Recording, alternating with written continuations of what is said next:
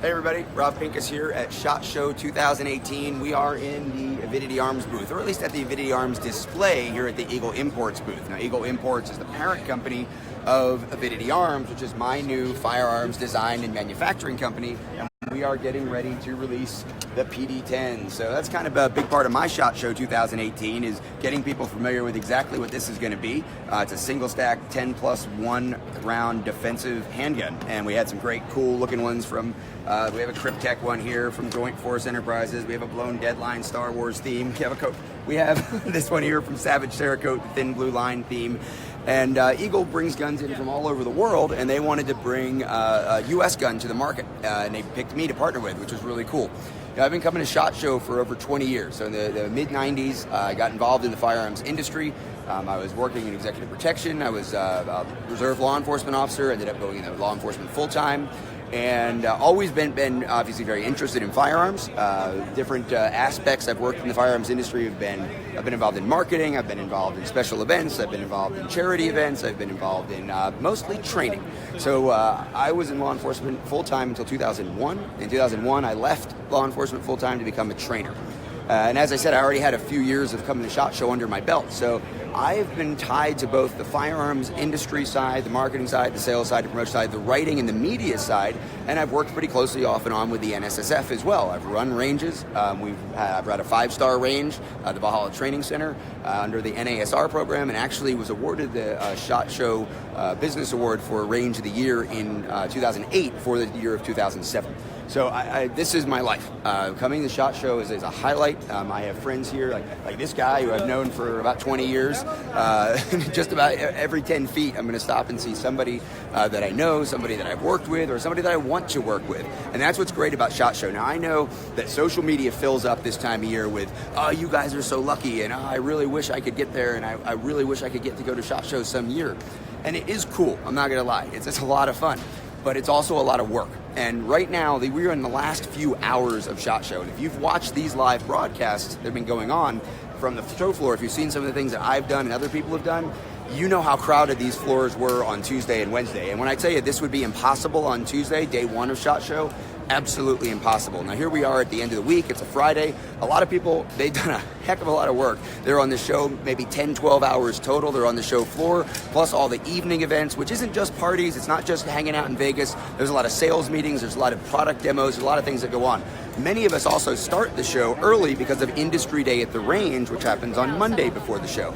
So by this time, people are winding down. There's a lot of guys kind of talking about what the follow-ups are. They're sitting inside their booths. They're maybe done with their meetings. And the show floor is thinning out a little bit. So we have room to do this, and I have time to do this. Between the Avidity Arms project, between working with our sponsors like Springfield Armory and Crossbreed Holsters and many other people that support Personal Defense Network, it's a long week, but it's a great week in that I get to hang out with a lot of like-minded people. I get to hang out with a lot of people I've been friends with, a lot of people that I collaborate with, and I get to make new friends. So as I understand this project from the National Shooting Sports Foundation, the idea was to share with you some of what that is like. So I'll give you an example. We're coming up on the 511 booth. So about 2 days ago, I had a meeting with them to discuss some clothing and some other accessory items that they might be able to provide to the Personal Defense Network training tour in support of what we do there, to get the students understand more about the product line and to also let our instructors kind of show off some of their great clothes. Now, I've been wearing 511 stuff forever. I mean, this goes back to, way back in the day, the Royal Robins. I still have Royal Robins clothes, right? And that's where the 511 brand comes from. And of course, everybody knows 511 as tactical pants and the instructors with the cargo pockets and all that. But look at this stuff. I mean, this is outdoor gear. They're getting into jackets now. Look at these shoes over here. I'm going to show you these things. They're pretty cool. They're actually like, I could wear them with this suit. Now, you may not be used to seeing me in a suit, by the way, but this is a trade show, and I'm here to do business. And I think that is part of the professionalism of what you see here. So check out these shoes, right? Designed with a certain type of person in mind who might have to wear a suit, but also spring into action at any moment. Your executive protection guys who do dignitary protection, things like that. So I just learned about these here at the show. Now, these aren't going to be available for a while. You can see coming fall of 2018. But in order to structure a marketing plan and a media plan, and for people like me who are going to be sharing information with students, and of course, I'm always looking for the next cool, best piece of gear that I can personally use and that I can advocate for, that's what these meetings are all about in a lot of ways. So I don't work for 511. I don't work even with 511 right now, but I like 511, have a lot of respect for them, and that's why I wanted to come in and see what's new and what's going on. So that's a big part of the show for everybody that attends here. And I think if there's one thing that really I think people are maybe jealous of or sad that they can't take part in, it's that. It's seeing what the latest, greatest new products are. Or maybe hanging out with Instructor Zero. That's something that you can do. Nice to see you again. You might be able to just bump into that guy that you know from the internet, right? Now, I know Zero from more than just the internet, but honestly, that's what happens, right? It's like, I know he's got things to do, I've got things to do, I'm talking to you. So we don't have time to just sit around and chit-chat about some funny video we made or some new technique. It really is about gathering as much information as we can and then sharing it. So let's take a look here. What else we got? Well, you know what? Let's double back. So I want to show you something over here. This is pretty cool. Savage Cerakote says hi. How you doing, buddy? Savage Cerakote was the first guy to do that cool Cerakote art thing, and then of course we got the blown deadline afterwards. But the reason that Savage Cerakote was in line first, we're both Jersey guys. So Avidity Arms, believe it or not, that gun is a New Jersey gun. And you don't see a lot of stuff happening in New Jersey with guns, obviously, but thought we would support one another. Oh, I got this guy, Funker Tactical. He's doing his own live thing broadcast, so there's a lot of that going on. Where we're going to go now is where I spent a lot of time during the show, which is in the Springfield Armory booth. Now, if you haven't seen the Worlds Collide business that I've been doing with Rob Latham, you really need to go check that out. We're going to go this way. I was actually over here in the Browning booth earlier. Jared Wahingi's doing some knives with these guys earlier in the week. I came by to check out what he was doing and see the latest and greatest from Browning as well. But the Springfield booth is right over here. Now, Rob Latham and I have been doing a lot of cool stuff with this idea of the defensive market and the training market, right? The defensive training market and the competition market. Obviously, he is the world's most decorated competition shooter, right? There's no arguing with that. He's one of the best shooters in the history of mankind, and he's a good friend of mine. And we have a lot of fun going back and forth, sort of taking the cliches and the myths about, defensive shooters can't hang out with competition shooters, and trainers don't have any respect for competition. Competition thinks the trainer guys are all living fantasy camp lives on the range. And it's all kind of a big joke. But what is important is understanding the fundamentals of shooting, the fundamentals of defensive shooting, understanding how you apply those to both have fun on the competition range and how you would apply those to prepare for personal defense. So Springfield Armory sponsors the Personal Defense Network Training Tour, and they've given us this platform to be able to come out here and speak to a lot of people through the Worlds Collide concept. So you can see that big billboard up there, the big screen up there, I should say, and right now it's got that 6.5 Creedmoor that they've now got in the M1A. Of course, they're talking about that, long-range irons, kind of a cool gun. I was able to hit a bunch of targets out at 1,000 yards. Rocky's here. Look, Rocky's here. Hi, Rocky. Rocky, you know, from Night of the Saint with Springfield. Which is Are we on live? We are live to the entire world through the NSSF. So what we get to do here is be on that screen projected in front of like crowds that were, 300, 400, 500 people. Well, right now the crowd's kind of thin. But we did a live broadcast, which you can see through the Springfield Armory Facebook page. You can go back and look at them, and it was a lot of fun. We had Caleb Causey here from Lone Star Medics also. So being able to talk to people, not just the 300 or 400, 500 people that were standing here so that they kind of got a taste of what we do when we teach, but also talking about some of the product, being able to share that with you guys is a big, big, big part of what we were trying to do this year with Springfield. We know that every gun guy and every gun gal in the world would love to come to SHOT Show if they could, but the business aspect of what has to happen here is really tough to accomplish if it's like some of the other shows, like the USCCA Expo would be a great example of a show. The NRA annual meeting would be a great example of a show that really is designed for the end user, for the consumer. And this show helps everybody in the industry to get ready for that. You can even grab a snack if you want while you're here at the show. So, of course, it's not the best food in Vegas, to be fair.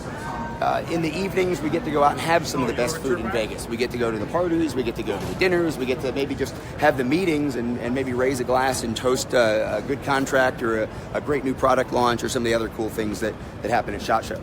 Like I said, I've been coming here for over 20 years, and one of the things I get from people that are newer to it is how have you seen it change? What's new about SHOT Show? What's different about SHOT Show?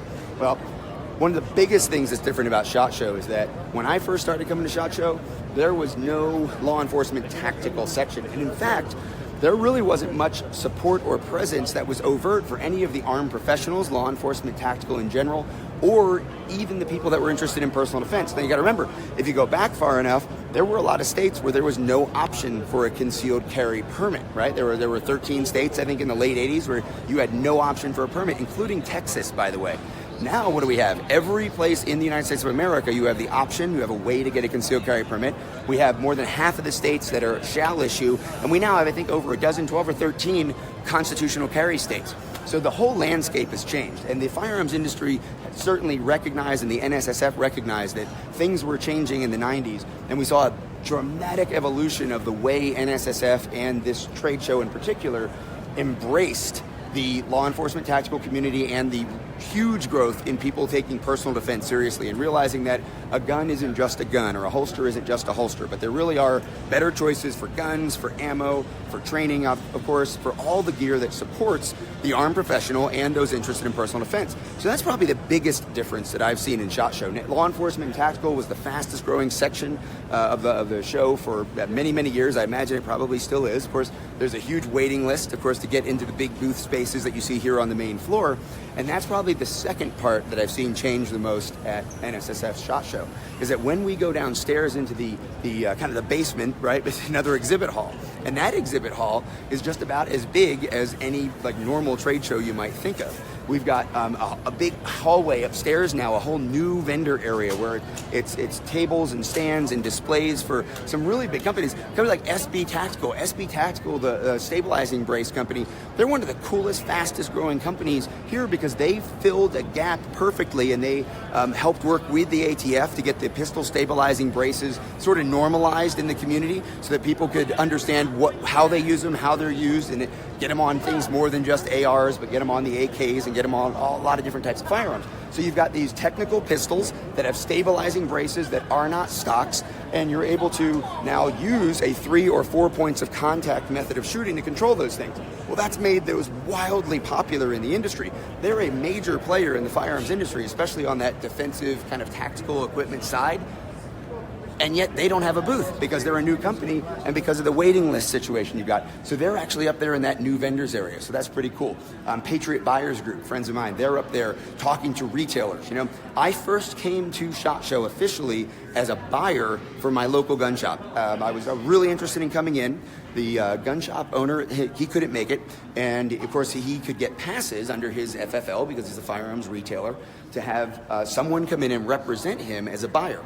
And I came in and I spoke with a couple of different product lines that I knew he was interested in. One of them was a lower cost holster company that he wanted to try to, leather holsters. This is back in the 90s. So I think it was Acre was one of the clients I set up for him, and there were a few others. So I was able to actually do my job, not just sneaking in as a friend, but I was here to do that research, to make my own connections, to start to build my relationship to the firearms industry. And that's still, I think, what's at the heart of what's going on here. We have a lot of business-to-business stuff. That's what I'm focused on. But the average person that comes in here is a retailer, someone who's interested in finding the new products to bring back to their retail store. And that might be a chain of stores like a big box store, or it might be a mom and pop brick and mortar store.